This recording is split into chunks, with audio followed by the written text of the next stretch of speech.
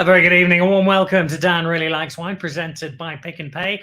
And welcome to a rather unusual venue. Now, we host this show from all over the place. It's one of the advantages of the modern world. With a laptop and a Wi-Fi signal, we can jump to just about anywhere on the planet. And so we frequently find ourselves on wine estates, at festivals, in restaurants, in bars. Been to one or two slightly stranger places than that. But today I find myself in the office of one of Johannesburg's leading advocates. And not because I've got myself in trouble again, but because he just happens to be the godfather of my son. He lives down the road and he has a generator and I do not. And load shedding is kicking in any moment in my particular suburb. So thank you, Advocate George Carinos, for lending me your office. And welcome to a show that actually includes an advocate. We'll be meeting him a little later on in the show. An advocate pretending to be a winemaker, or a winemaker pretending to be an advocate. It's one of the two. I'm not sure. He forms part of a show I've been planning to do for a little while. I had to bring it forward somewhat. We were scheduled to have it in the next week or two, but it popped up onto the horizon for today. A chance to look at the South African harvest. It's part one of our harvest report. We've got another one coming up in just over a week. But this evening we'll be dropping in to Constantia, to Clüver, to the greater Swartland, and I think by extension a bit of Franschhoek, into the Agulhas Triangle and into Elgin to find out from a selection of acclaimed wine producers how the harvest has gone, what it says of the 2022 vintages we can expect, and how tough it's been, because every single person I've spoken to over harvest has looked at me with a very weary eye and said, please, Dan, let it finish. It hasn't entirely finished. I think one of our winemakers is still pulling in a touch of Riesling, but we're almost there. And I'm fascinated to see what the predictions are for 2022. So that's coming up in just a moment. Before we do that, though, let's have a look at some news from the world of wine.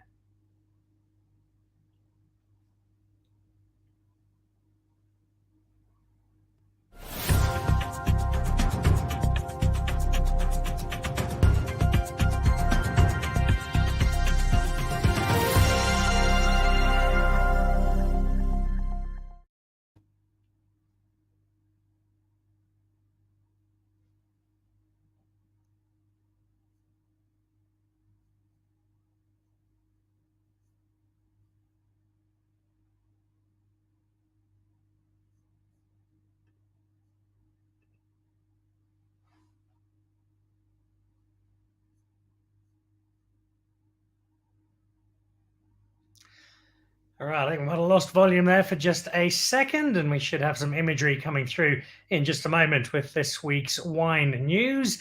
And while we await the images, I can tell you some of the things that we are looking ahead to. There we go, the NFT by Fine Wine Auction. Now, this is something, I'll be very honest, I do not understand. I'm going to ask one of our guests about it slightly later because she is involved in this. It is South Africa's first NFT and fine wine auction. NFT, non-fungible tokens. It means they're not mushrooms. That's about all I know. But other than the fact that NFTs are selling for extraordinary prices all around the world, digital possession, be it art or otherwise, and the latest Strauss auction brings together this digital world of acquisition with fine wine, past, present, and future, and gives everybody the opportunity to invest in wine in a way they have not done before, and at prices that will make your eyes water initially, but once you've had a look at them, they might make a little bit more sense. Klein Constantia involved with vintages, the Van de Constance, the RSA from the Mullineux. There is Canoncop, Paul Sauer, there is Mirlas Rubicon, and there is a Villafonte selection as well. How does it all work? Well, you can find out on Monday, because I'll have some of the guys involved. Roland Paints is the man behind it. We'll be talking to Hans from Klein Constantia. I think Eddie's joining us from Mirlas, one of the guys from Canoncop, and we'll be finding out how it works. Does it work? Should we be selling our children and putting money into NFTs and fine wine? We'll discover come Monday. But head on to the Strauss website if you'd like to have a look. Now, one of those wines is from Mike Radcliffe, the man behind Villafonte, and he'll be on the show first week of May. Why? Because his new Villafonte Series M is launching, and some advanced good press. Greg Sherwood has given it 97 points, and a particularly celebratory set of tasting notes from Greg's perspective. He's very impressed by the latest Series M out of the Villafonte house, and you can find out exactly how that wine is going. I'll be tasting it with Mike on the line. That is Monday the 3rd of May. So put that one into the diary. And just before that, in fact, the weekend before that, there'll be a gathering in Cape Town. I can't give you the details just yet. It's all a little cloak and dagger, but I can tell you the Pick and Pay Wine Festival on the horizon at the end of April, and that is all I am saying. Just keep those dates free if you happen to be down in the Cape, and there might just be a chance to get along, taste some terrific wine, eat some brilliant food, and revel in the return of a festival. It's had a great history, had a bit of a break, as so many things have, but is coming back end of April. Can't come soon enough. I will be there, and I hope you will be as well. So there are a few pieces of news from the world of wine. Let's go over to this evening's show and check out how Harvest is looking. And a warm welcome to Roger from Constantia Royale, but also from Tierhoek.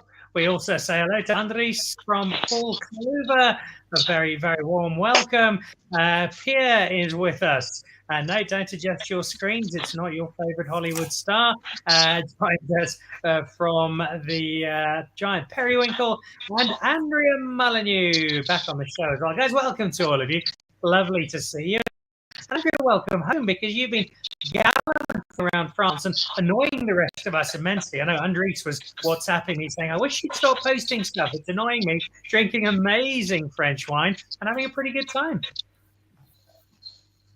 Yes, sorry, I just totally missed what you said. It was frozen there, but I think it was something about being in France. We have an importer in France, the Graillot family, that's just a phenomenal international icon of wine. Mr. Graillot, Alain Graillot, passed away a few weeks ago, but around the world, people have been celebrating his life, and we were there for that. Very blessed to be closest with his family on a personal and business perspective, but then had to get right back to South Africa. We had one tank of wine still in the skins, got it pressed today. So yeah, we're very excited to be getting back to normal life and finishing up a fantastic 2022 harvest.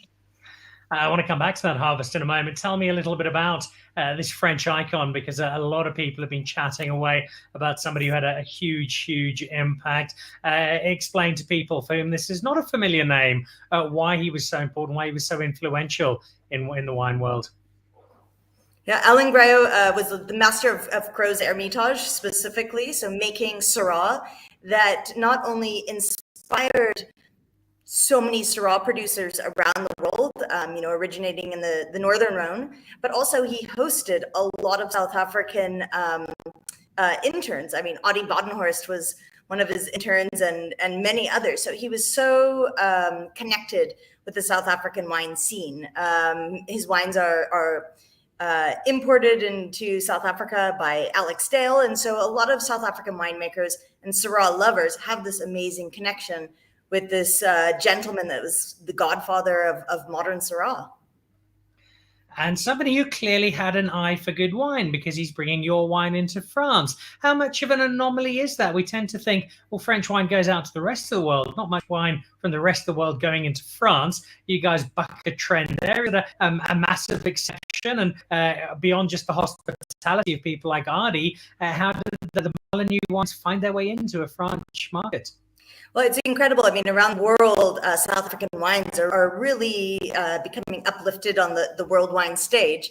And when you have these dynamic Michelin star chefs that are making, foods from around the world with flavors from around the world, they want top wines from around the world too. So in more cosmopolitan areas, like Paris, for example, there definitely is, not a massive demand, but a good enough demand for South African wine for a fantastic French wine producer to start his own importing company and distribute them around the country.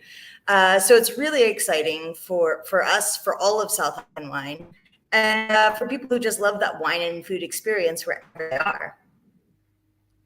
So juggling international travel with preparing a harvest. We'll jump back to the harvest details in a moment. You're not the only person who's juggling away.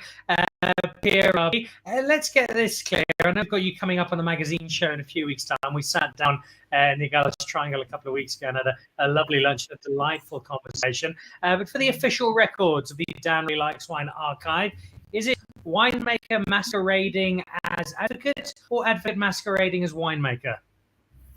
Well, Dan, it depends who pays for what. So, yeah, I have to practice to be able to make wine. So let's say at this stage it's advocate first and then winemaker second.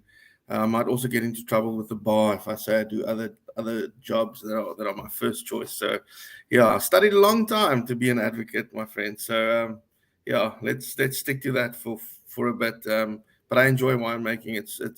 It's my creative side that I can give some time to, and one needs that. Sometimes in practice and law practice gets to one.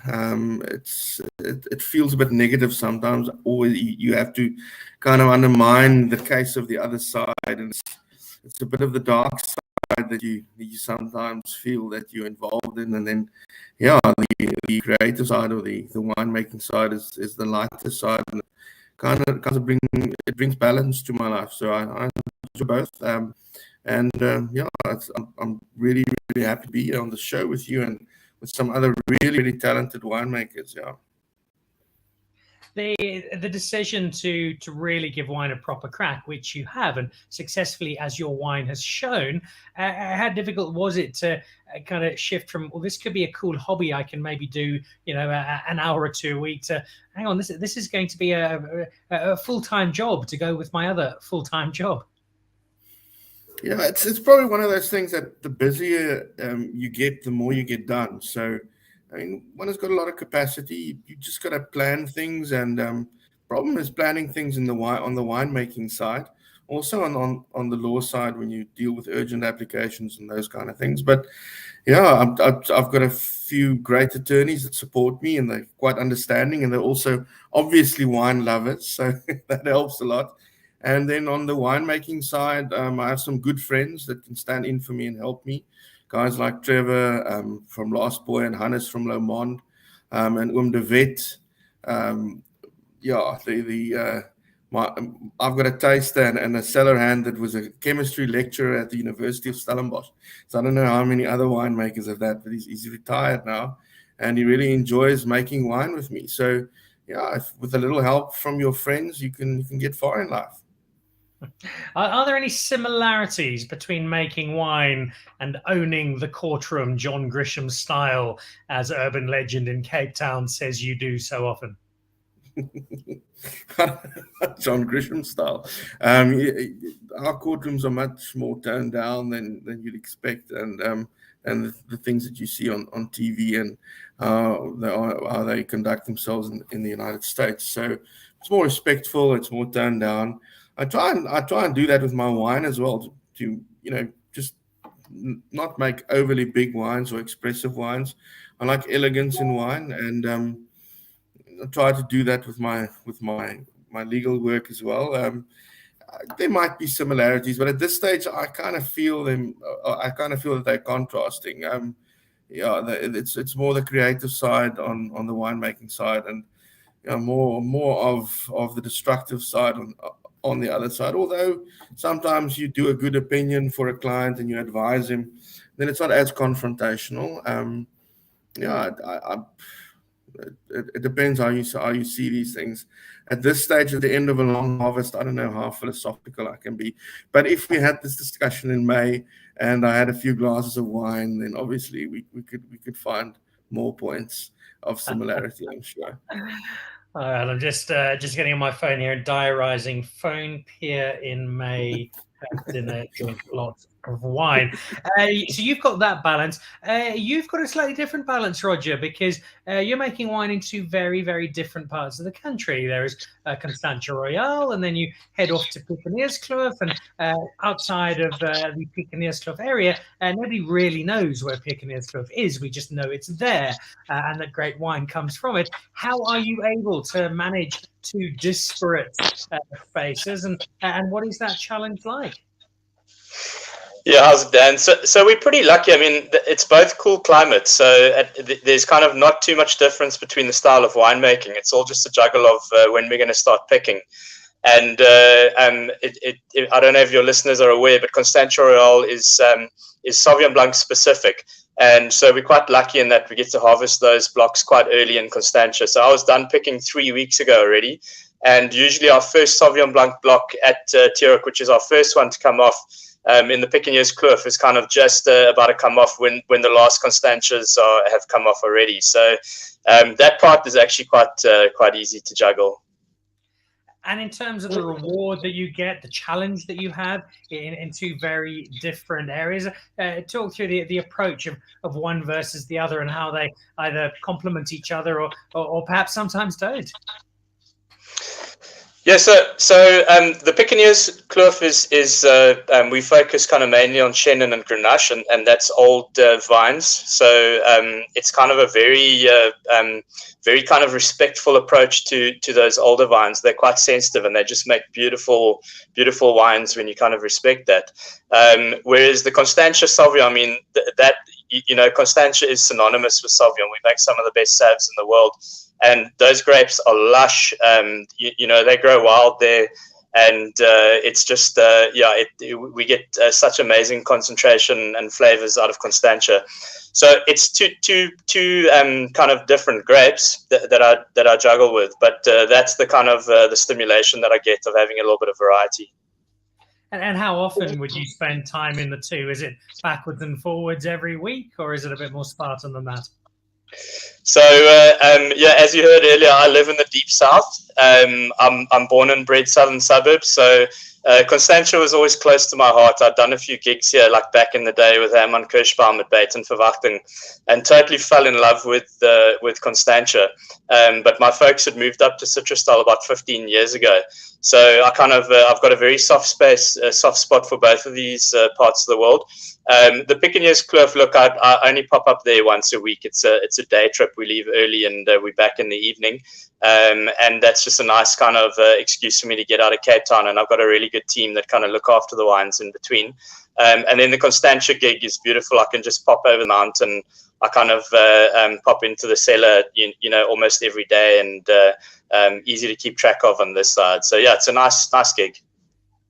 So 2 areas to tell us about Roger. You can do so shortly. Let's jump over to Andries at Paul Clüver, and welcome back, Andries. Lovely to have you on the show. I saw your eyes light up a little earlier when the conversation moved to France and to Andrea's conversation about where she'd just been and what she'd just done. That's a big part of what you've done, because you've spent some time in some pretty impressive parts of France making wine and learning your craft. Yes, yeah, no, it's going back to France every time is a new discovery, and it's you've got to if you go you can't, there's an old saying, you can't make great wine if you haven't tasted great wine, and part of that is also visiting great producers. So it's part and parcel what we've got to do, and it's something I love doing. Yeah. In terms of the winemaker that you are today, the kind of places that you spent time, I think there was some Chateau Margaux time. I think you spent some time with Michel Rolland. How much did those people, did those experiences influence, and not just the winemaker you are today, but the style of wine, the way that you approach what you now make for Paul Clüver?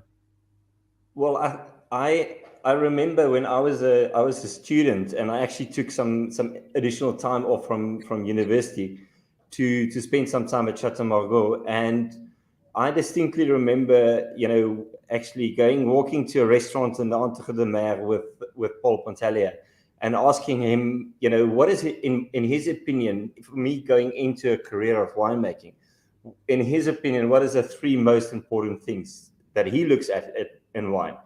And his first answer was balance, and his second answer was balance, and his third answer was balance.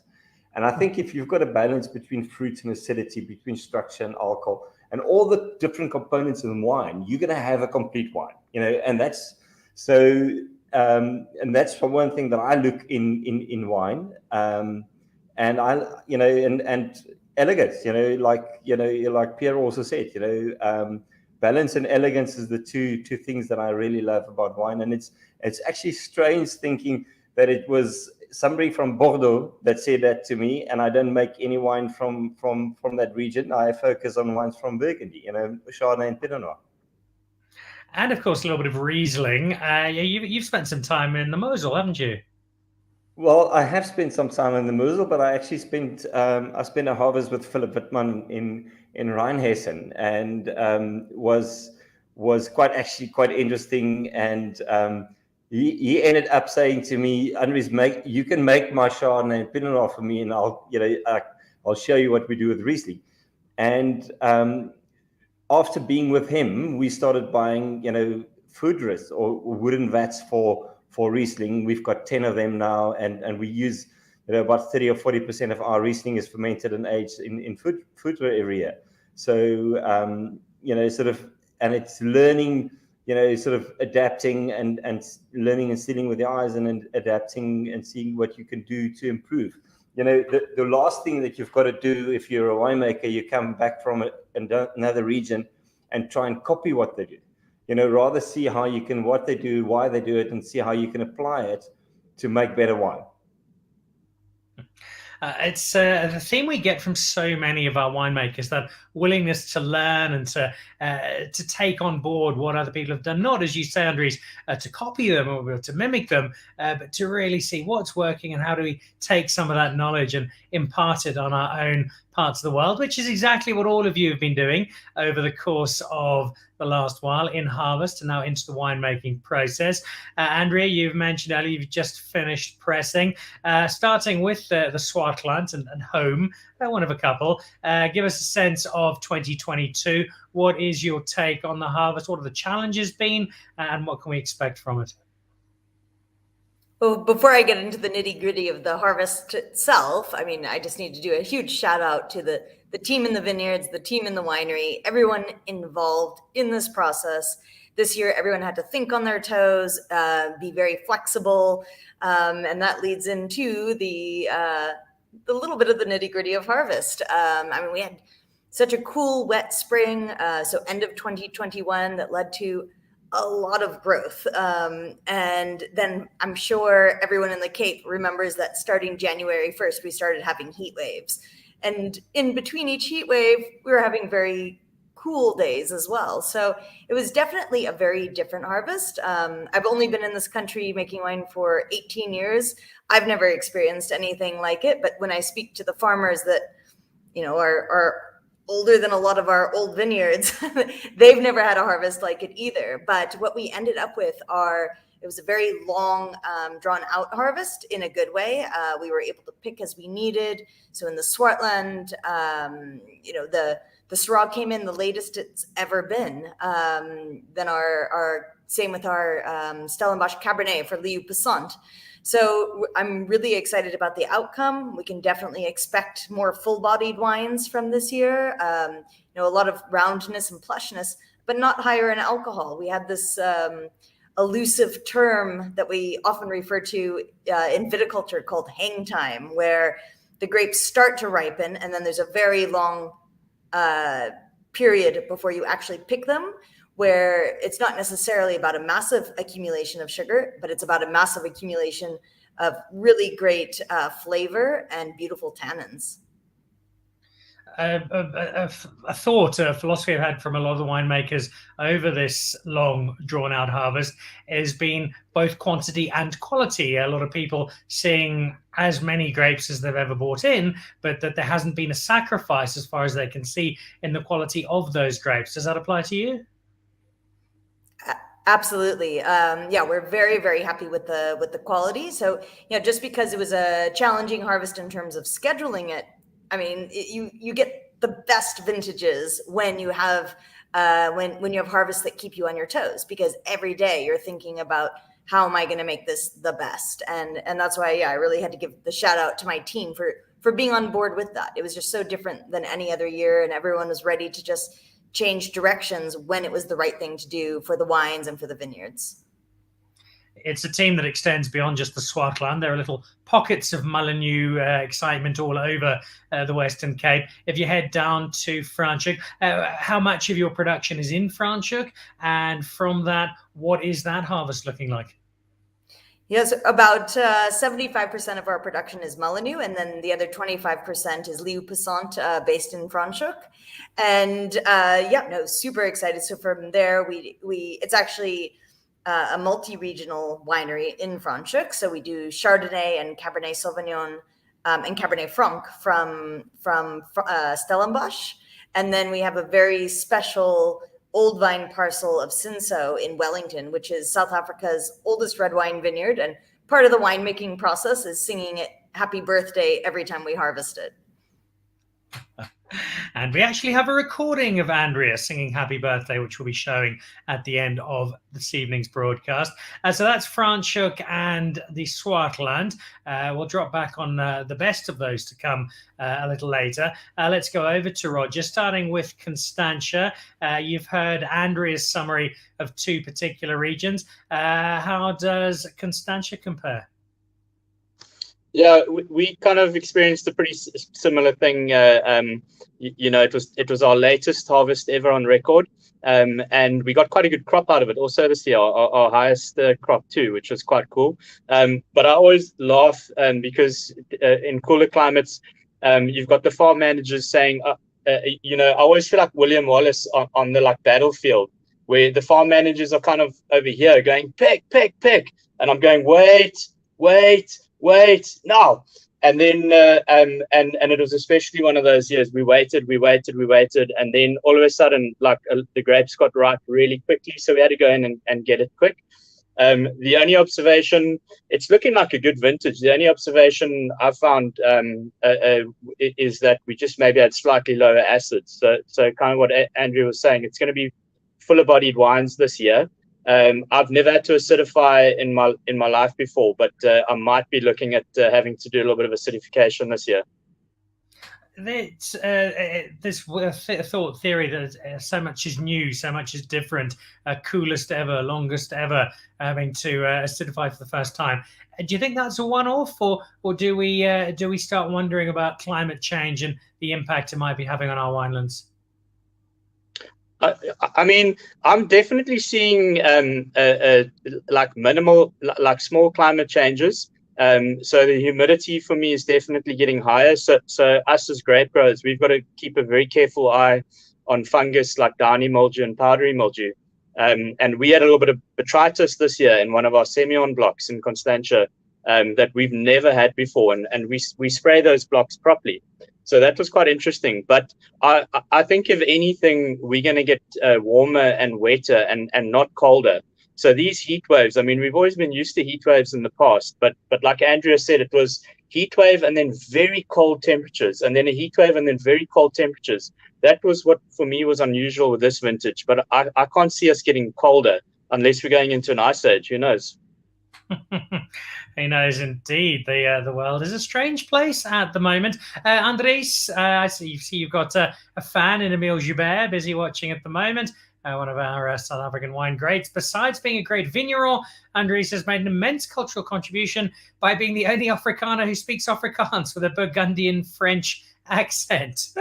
The issue of climate and climate change up in Elgin, have you seen anything to that effect? Has it been very different for you? And do you think there is change in the offing, or what change there has been is just a bit of a one-off?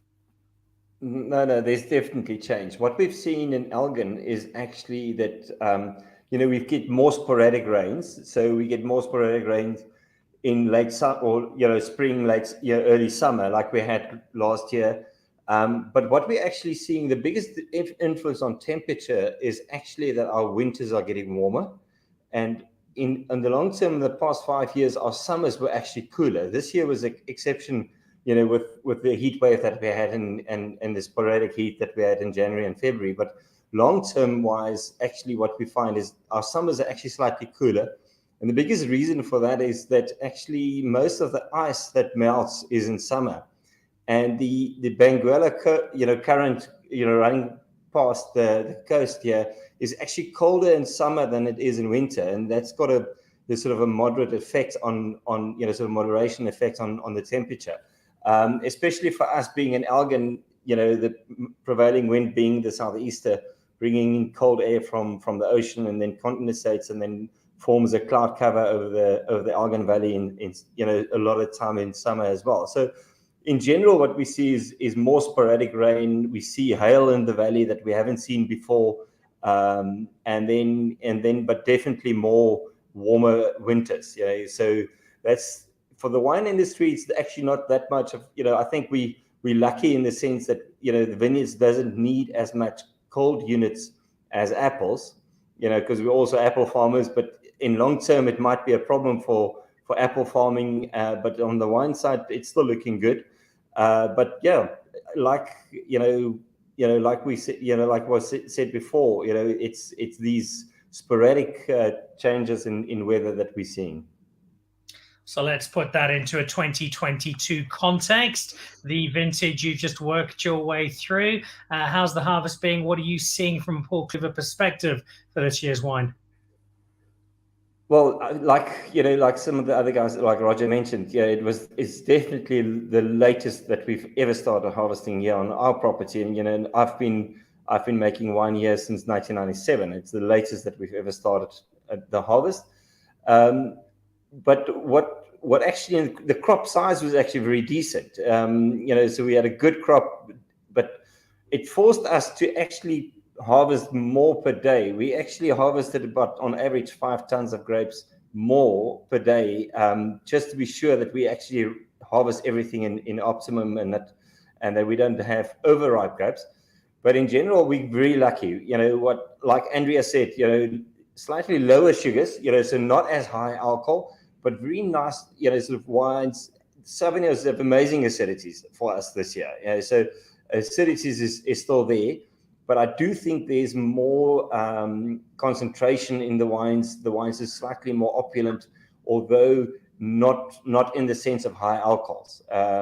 Nice balanced wines, and I've just tasted through all the wines in the cellar just before the Easter weekend, making sure everything is looking good. And I must say the Chardonnays is looking amazing, and especially the Rieslings this year is looking beautifully. The Pinot Noirs is busy with malolactic, so it's a bit awkward time to taste, but I do think there's great potential there as well. Question coming in from Nick Furness, who's watching on YouTube at the moment. Andries, please share the cement Foudère tank barrel comparison this year. Yes, we bought our first concrete egg this year. So we actually have the same juice from the same Chardonnay vineyard in stainless steel in a 3,000 liter concrete egg, and then in 2,500 liter oak foudres, and then obviously in barrel as well. And it's quite interesting to see the difference. Obviously it's older barrels, so it's not new. The wine is slightly more sort of richer at this stage. The foudres is quite tight in the development. The stainless steel is like anything that you ferment in stainless steel, but the egg is also quite interesting. There's a accent of sort of more perceived minerality in the wine. It's still early days, but what was very interesting is that because we didn't inoculate initially for fermentation, we let it start spontaneously. The juice in the stainless steel tank settled very quickly. It was clear, very quickly. And the egg and the foudre, it stayed cloudy for quite a long time. So which is interesting, the kinetics that you have in those vessels inside.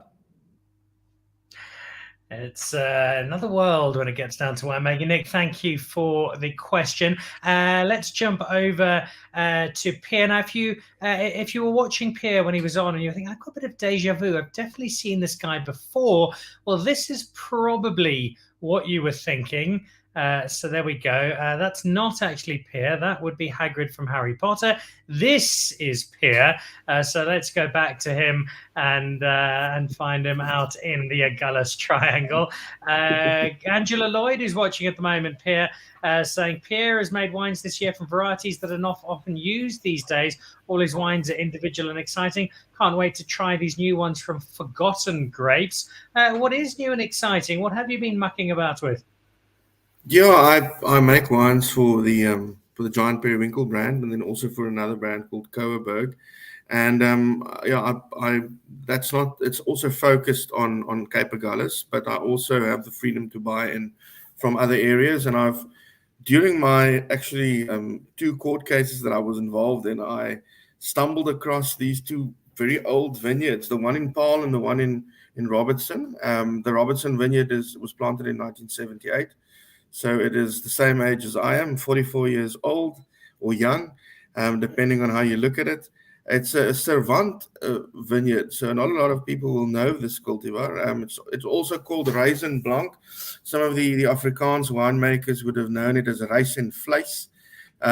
It's basically a grape that you're allowed to make wine with it, but it was also used as a table grape.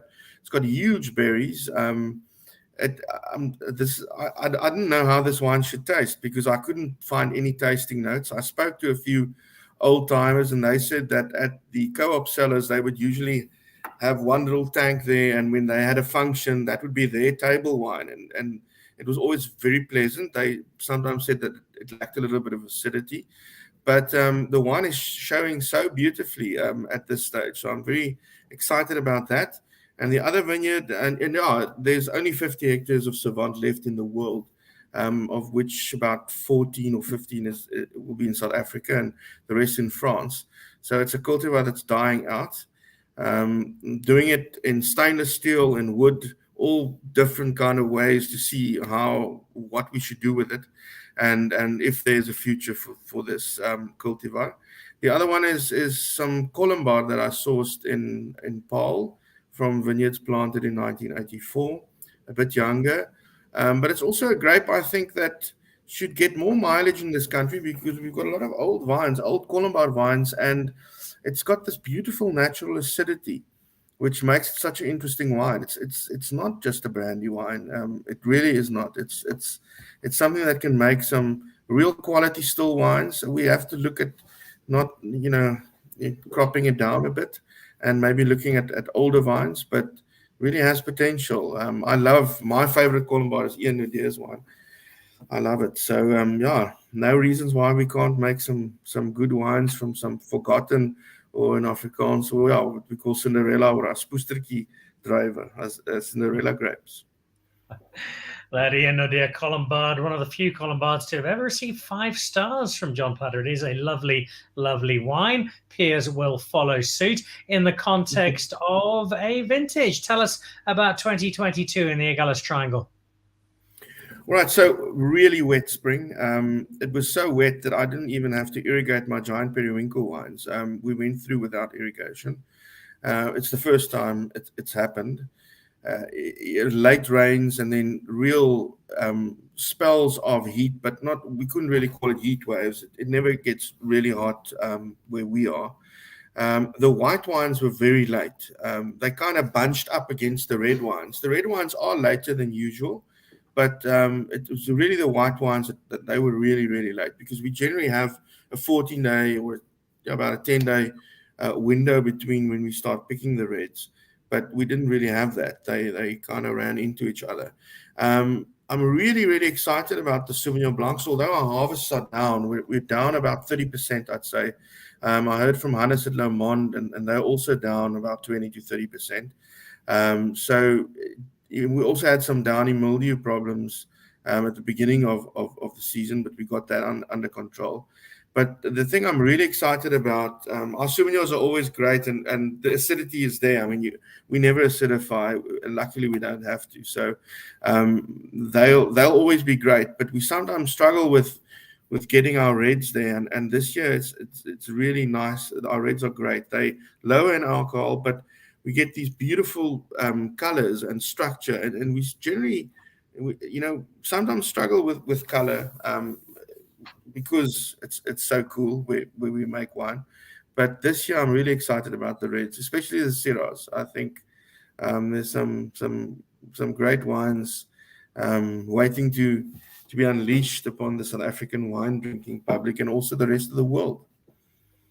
Cool climate red wine. When I was down at Agulhas just a couple of weeks ago, there were a number of wines, some beautiful Grenache out of Strandveld, the first sighting team with Conrad, and a couple that Bruce Jack brought out from the 82,406 wines he's currently making around the world.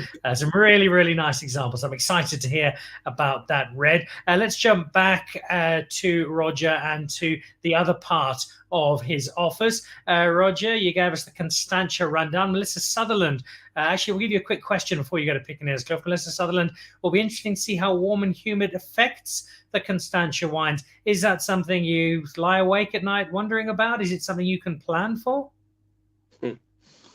How's it, Melissa? Good to hear from you. No, we look, we're still a cool climate. So, you know, and I have to also say, I speak on behalf of Constantia Royale here because we're a little bit lower in the valley, and I've got quite a lot of rich soil where I am. It's quite loamy soil. We don't irrigate, but if you have a rain, that humidity stays around for a little while longer. But it's not. It's interesting hearing what Andries said about the summers getting cooler, because, you know, we've got the southeaster that comes through there. It's a Cape doctor for the vineyards also. So I'm just noticing in general, Cape Town is getting more humid.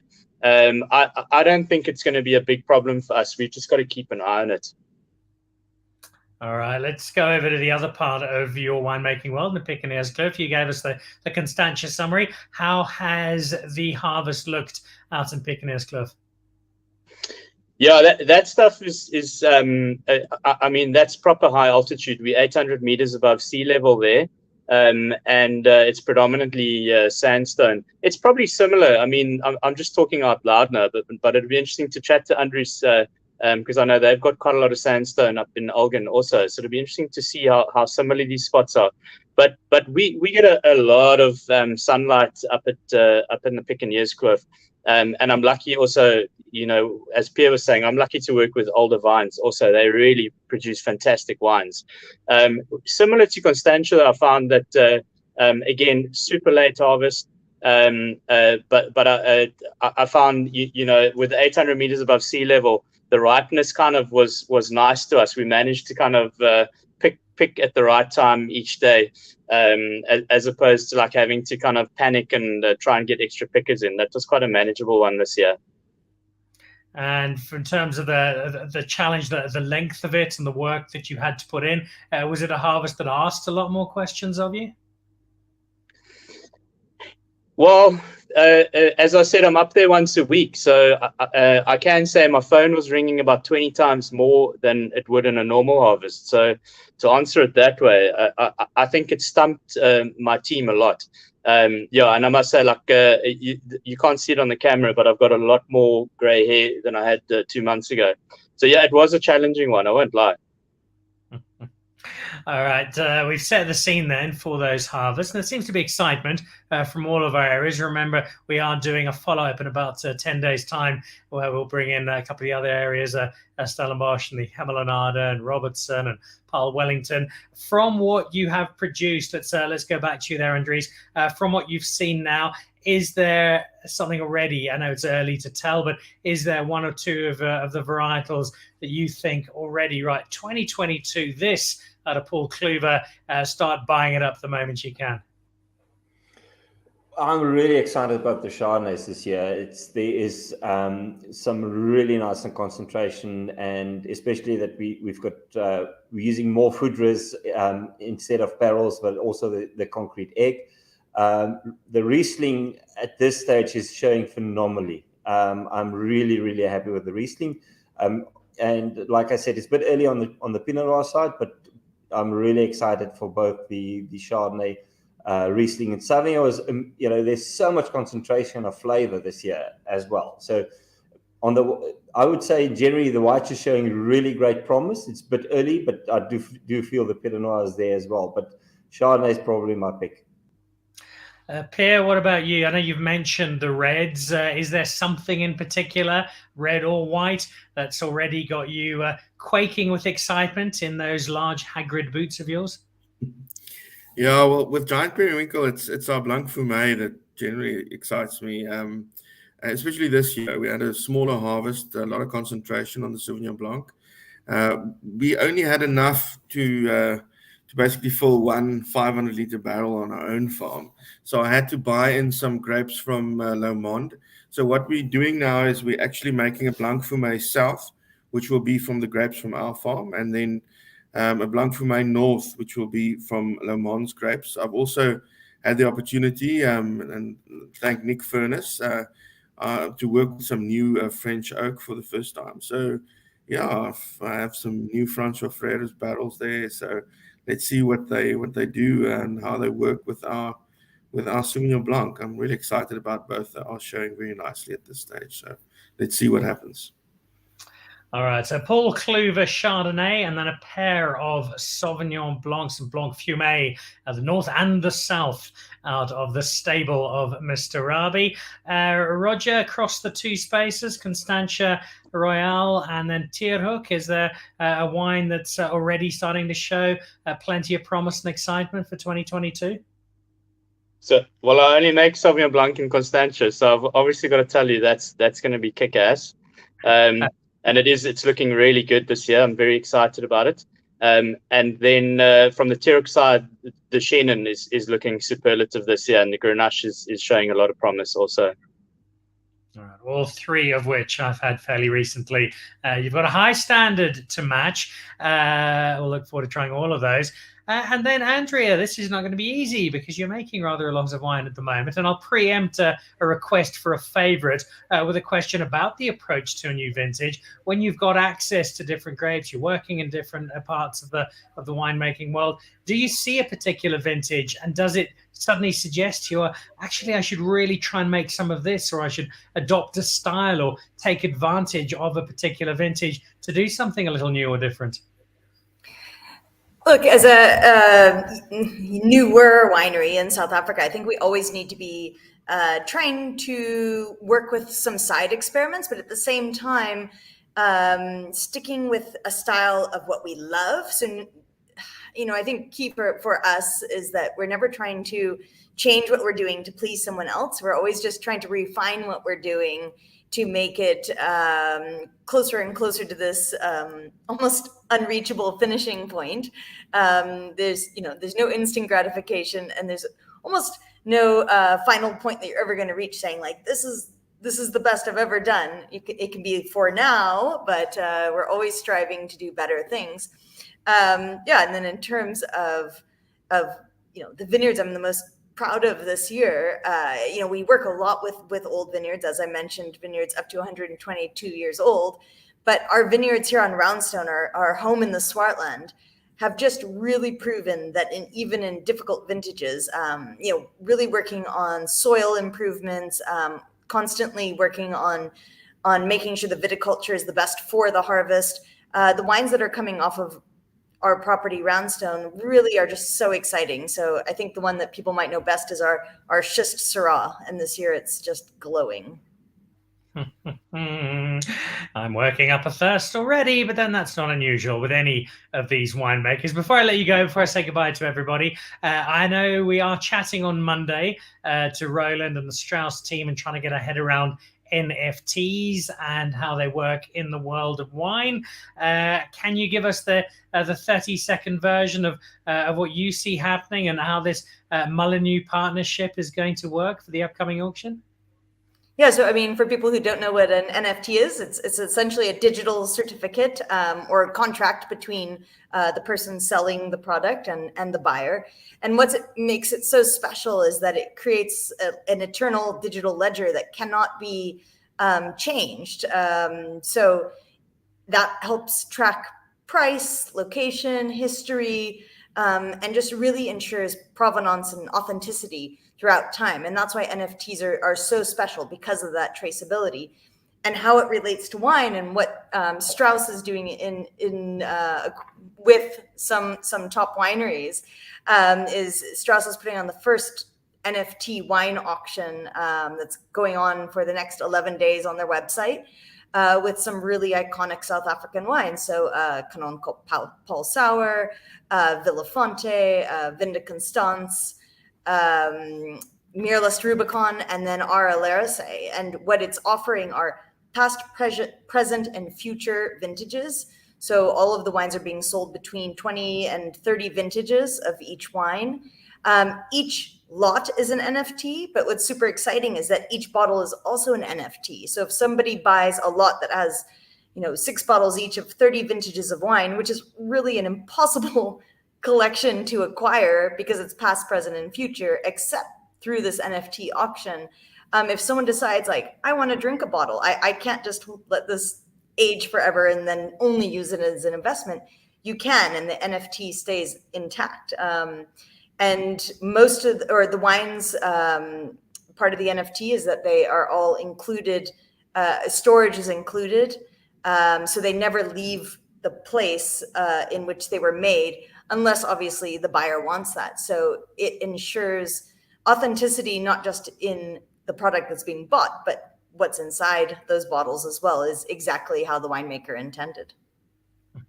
That is brilliantly summarized. Up until now, I've had to rely on my 5-year-old and 7-year-old to explain NFTs to me, but I think I now understand them just a little better. We'll be talking more about that on Monday with the team from Strauss as fine wine and NFTs collide for the first time. We'll also be talking about the rest of the harvest around the rest of South Africa.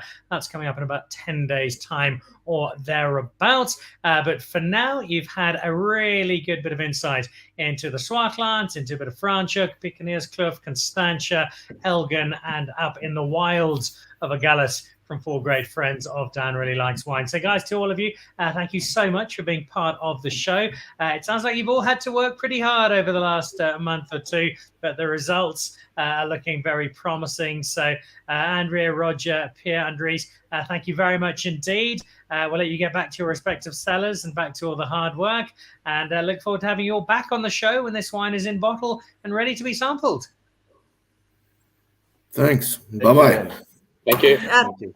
Thank you. Thank you. And cheers to all of you.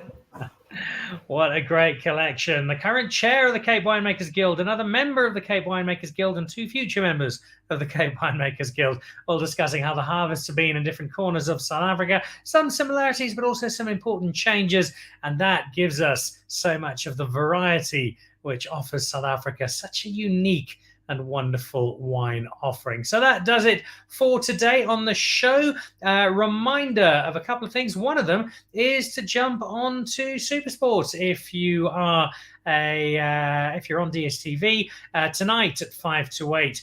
Season 15 of the Dan Nicholl Show is up and running, and I push out not just the fact that there are 2 cricketers in the form of Proteas Reza Hendricks and Heinrich Klaassen, as well as the actor Anthony Osayemi, whose new horror movie Chaya is absolutely terrifying. But the gentleman there in glasses, if you're a football fan, AC Milan and Chelsea star Andriy Shevchenko, retired a few years back, but more importantly for the purposes of this evening's show, he is Ukrainian, and he speaks heartbreakingly about what is happening in Ukraine, what he is trying to do with the help of as many people as possible to get Ukraine into a space where peace becomes something on the horizon. It was a tough interview to do, but a very important one, and that forms part of the Dan Nicholl Show this evening, brought to you by Bright Rock Supersport. Channel 206 on DSTV kicks off at 5 to 8 tonight. Also, remember, we have our wine competition. We'll play out with those details. Ends the end of this month. Your chance with Bellingham to head off to Darren Bardenhorst and Le Coin Francais and stuff yourself with 5 fabulous courses from Darren's kitchen, as well as vintage wine from Bellingham. You and 3 friends, just enter on our social media channels. That does it for this week. Have a lovely Easter weekend. Enjoy pairing your chocolate with assorted wines, and I'll see you back on Monday evening as we delve uncertainly into the world of NFTs. Have a great weekend. Goodbye.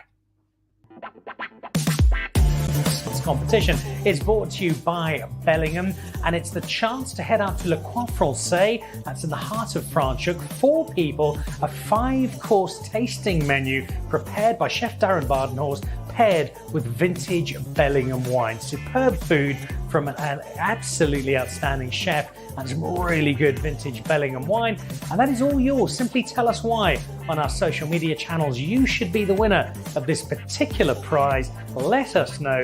And 4 of you could be spending an evening at Le Coin Francais, dining fabulously and drinking wonderful wine.